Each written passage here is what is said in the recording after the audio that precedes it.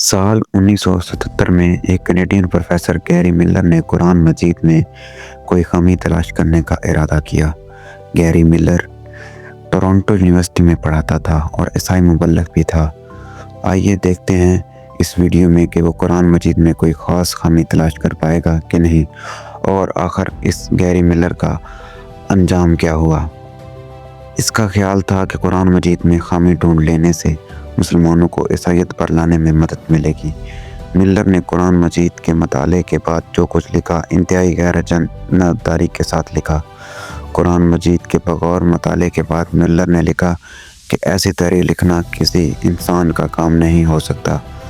कुरान मजीद की सबसे पहली चीज़ जिसने मिलर को मुतासर किया वो इस किताब मुक़द्दस की कई आयत का एक ख़ास अंदाज़ था।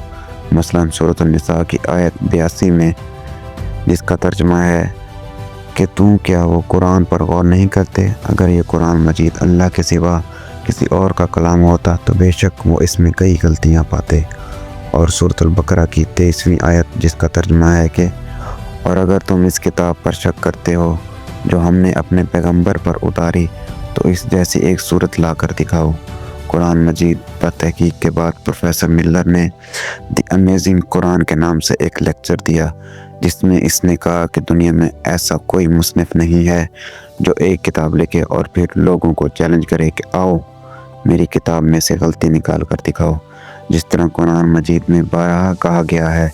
मिलर मजीद कहता है कि ये बहुत ही हैरान कुन है कि कुरान मजीद में जो आयत मुसलमानों की किसी शिकस्त या सतमे के वाक़े पर नाज़िल हुई, इनमें फ़तह की खुशखबरी सुनाई गई, जबकि जो आयत किसी फ़तह के मौके पर नाज़िल हुई इनमें गुरूर और तकब्बुर से बचने की तनबीह की गई और मुसलमानों से मज़ीद जिद्दोजहद और कुर्बानियाँ तलब की गईं। गैरी मिलर कहता है कि अगर कोई शख्स अपनी आप बीती लिखता है तो वो अपनी फतवाहत को बढ़ा चढ़ा कर बयान करता है और शिकस्त को भी हीले बहाने से जीत ही करार देने की कोशिश करता है। लेकिन कुरान मजीद में तसलसल के साथ और इंतहाई मुंतकी अंदाज में इसके बिल्कुल बरअक्स लिखा गया है।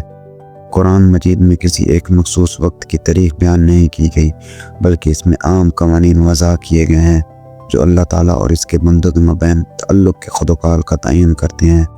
वज़ा रहे कि गैरी मिलर ने 1970 में कुरान मजीद पर तहकीक का आगाज़ किया था और महज एक साल के बाद 1978 में इन्होंने इस्लाम कबूल कर लिया और अपना नाम अब्दुल अहद रख लिया था।